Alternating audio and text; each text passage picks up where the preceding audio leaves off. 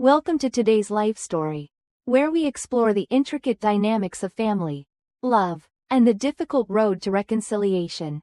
Sarah Mitchell, a successful manager at a prestigious investment bank, finds herself caught between the pressures of work and the unresolved tensions with her mother, Diane. As her son Ethan's health worsens, the cracks in their family relationships deepen, revealing long-buried emotions and unspoken truths. Join us as we follow Sarah's journey toward understanding, healing, and the powerful lessons learned about family bonds. Don't forget to subscribe to our channel to begin today's story. As I stood by the large window of my high-rise apartment in New York City, watching the sprawling skyline glimmer under the dimming afternoon light, I couldn't help but feel a strange mix of pride and sadness. I had worked hard to get to this point, a senior manager at a prestigious investment bank on Wall Street. My career was demanding and required constant decision-making, but it had given me the success and independence I had always desired. The view from my apartment symbolized that success.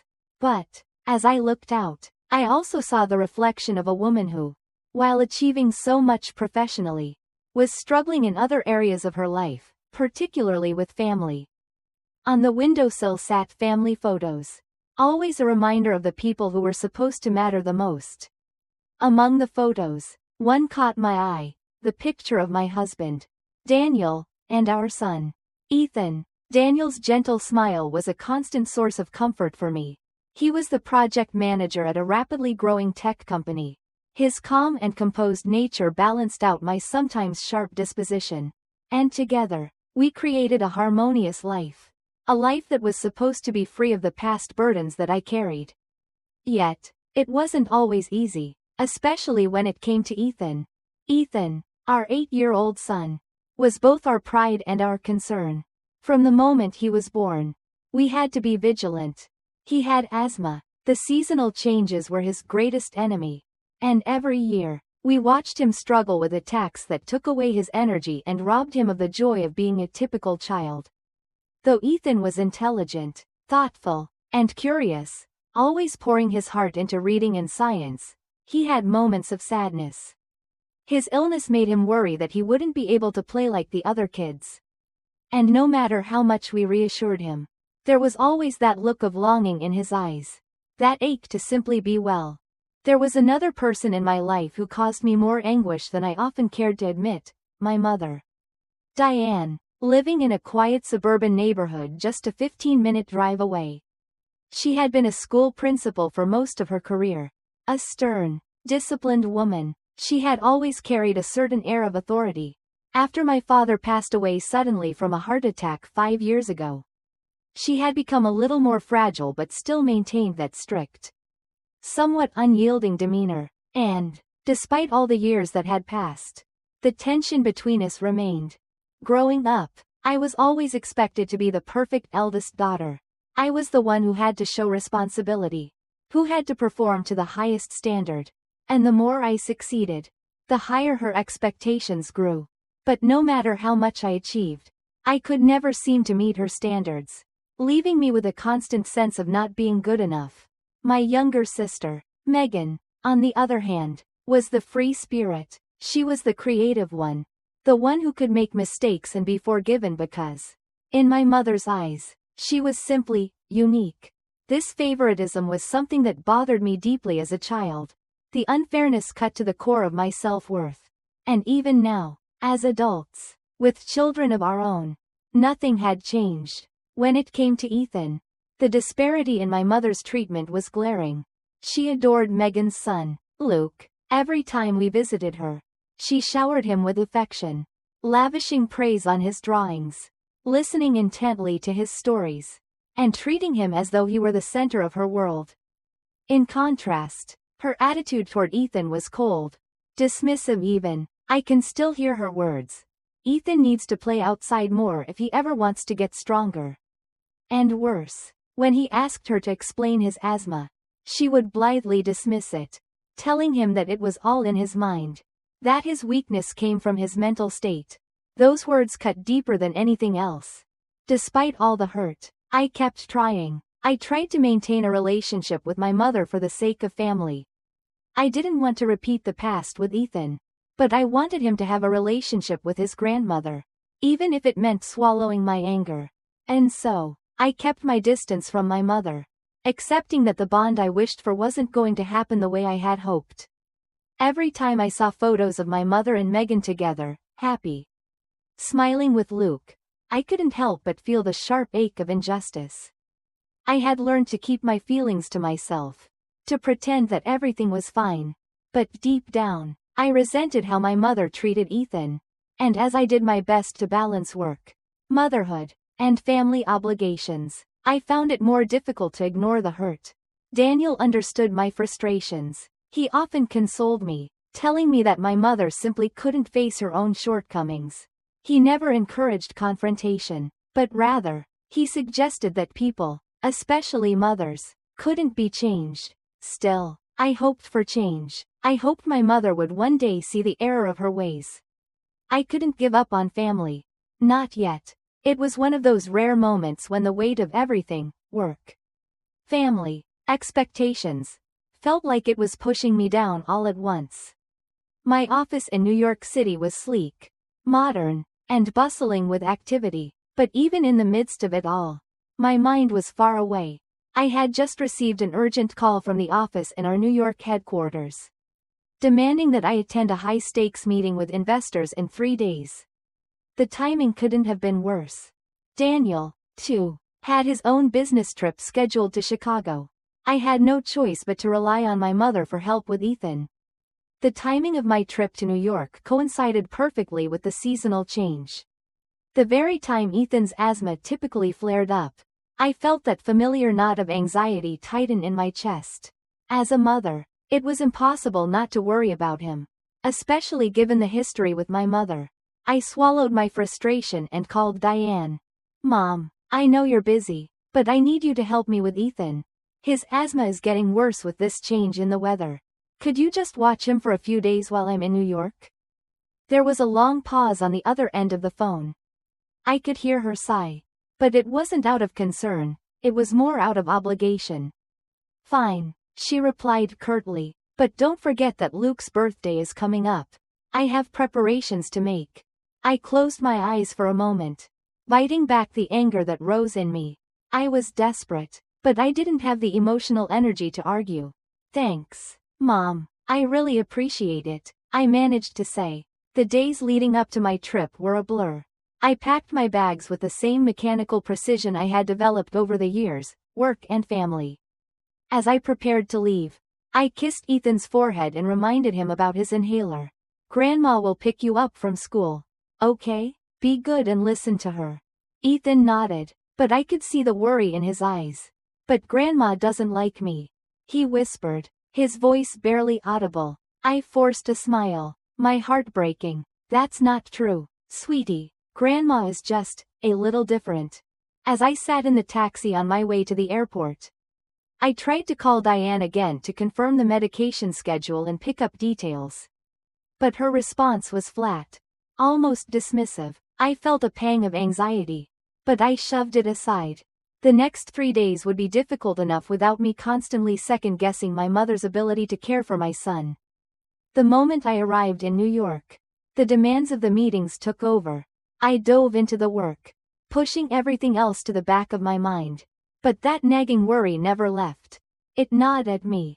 Around 3 p.m. on the second day, I stepped out for a brief coffee break and checked my phone. My heart skipped a beat when I saw 3 missed calls from Ethan's school. Without a second thought, I dialed them back. "Mrs. Mitchell," the school nurse said, her voice tight with concern. "Ethan's asthma has worsened. We've tried contacting your mother, but she hasn't responded." Panic gripped me. I tried calling Diane immediately, but it went straight to voicemail. I dialed her home phone. No answer. My mind raced. I couldn't believe this was happening. Ethan was alone and struggling. And my mother, who had agreed to help, was nowhere to be found. I called Megan, hoping she could reach Diane. "Megan, do you know where Mom is? Ethan's asthma is getting worse, and I can't reach her." Megan hesitated. "Maybe she went shopping. I'll try calling her, but I don't know where she is." Frustration bubbled up in my chest. But I kept my voice steady. Just let me know if you hear anything. I'll call the school. I called the school back, asking them to keep Ethan in the after-school program. My stomach churned with guilt, embarrassment, and helplessness. I couldn't shake the feeling that I had let my son down. That I was failing him as a mother. That evening, I finally got a call from Diane. I'm sorry, I had my phone turned off. I picked up Ethan. He's fine. He's just coughing a little. I tried to keep my voice calm, though anger seeped through. Mom, the school called. They said his asthma was getting worse. Why didn't you answer your phone? She dismissed my concerns with a sigh. It's just a cough. You're overreacting. I took a deep breath, struggling to maintain my composure. Please, don't turn off your phone tomorrow. And make sure you give him his medicine on time. She muttered something that I couldn't quite make out before hanging up. I felt like I was suffocating. The distance between me and my mother had never felt wider. And as I returned to my meetings, all I could think about was Ethan. Would he be okay? Would my mother come through when he needed her most? By the time my meetings in New York were over, my mind was still consumed with thoughts of Ethan. I couldn't shake the images of him struggling to breathe, of him being ignored by the one person I had hoped would be there when he needed her most. It wasn't just the neglect, it was the hurt I could feel in his small voice every time he asked why Grandma didn't love him the way she loved Luke. It was the crushing weight of disappointment that I knew would haunt him for years to come if things didn't change. I boarded my flight back to New York, my thoughts a tangled mess of anger, frustration, and fear. The moment I landed in Boston, I rushed to the school, hoping to make it in time to pick Ethan up. It had been hours since the school had last contacted me, and every minute felt like a lifetime. When I finally arrived, I saw him sitting in a chair in the reception area, looking pale and weak. His chest rose and fell laboriously, each breath sounding like it might be his last. The relief that washed over me was short-lived as the nurse explained that Ethan's condition had worsened throughout the day, and it had become clear that the emergency inhaler had not been effective. I took him into my arms, whispering comforting words, trying to push back the tears that threatened to spill. We were on our way to Boston Children's Hospital when my phone rang again, this time. It was Megan. Sarah, what happened? Mom's been calling and she's freaking out, Megan said, her voice sharp with concern. I took a deep breath, trying to steady myself. Ethan's in the hospital. His asthma got worse, and Mom wasn't there when he needed her. I could hear Megan's hesitation on the other end. I didn't know. She said she had turned her phone off because she was busy with Luke's birthday preparations. She didn't even tell me she was taking him anywhere. The words hit me like a physical blow. The betrayal was too much to bear. I wanted to scream, to confront my mother right then and there. But I knew it wouldn't help Ethan. I focused on him instead. His small, fragile body was slumped in my arms. His breathing labored, but he was still my brave boy.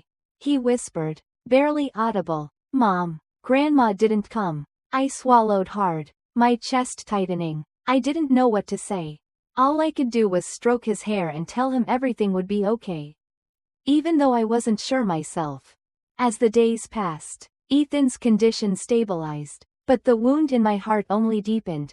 I spent sleepless nights in the hospital room, watching over my son, torn between the pain of what had happened and the deep-rooted need to repair my fractured relationship with my mother.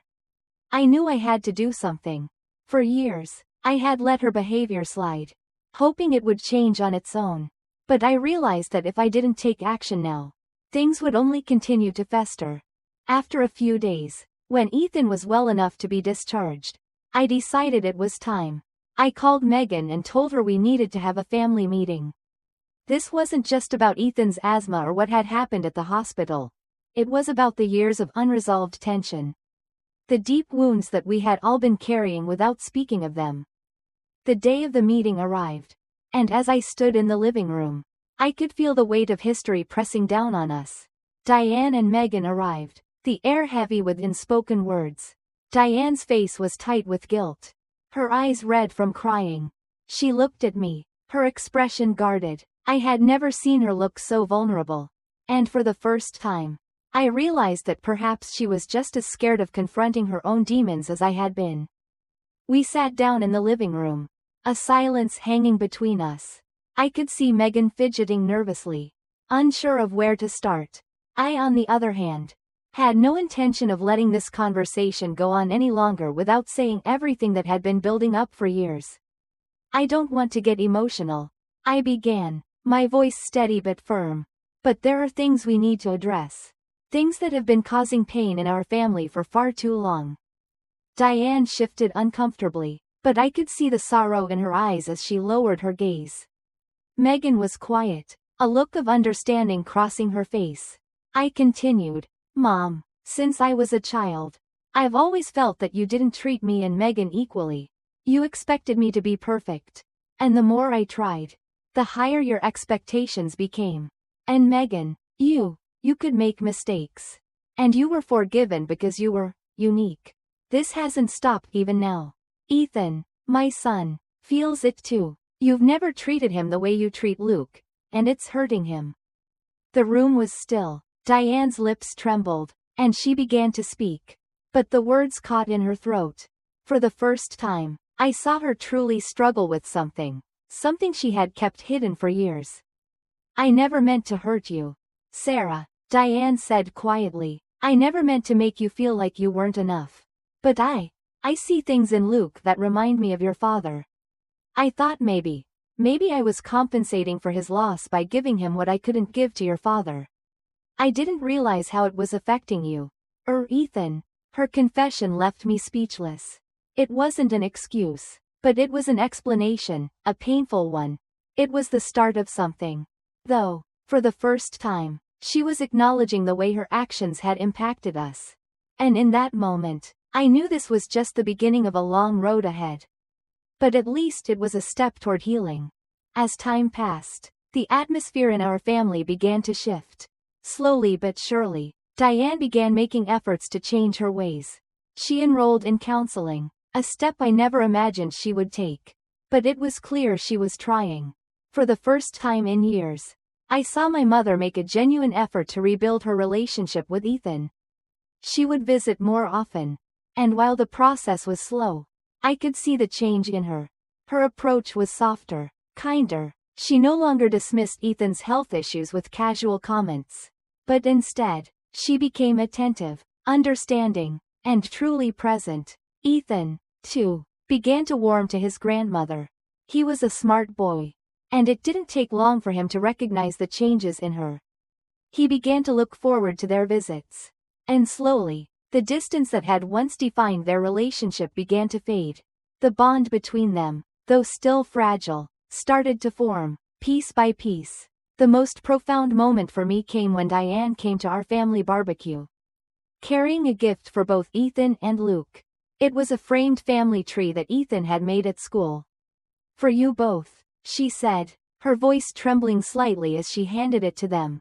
The smile on Ethan's face as he received the gift told me everything I needed to know. He was finally starting to feel loved, seen, and valued by his grandmother.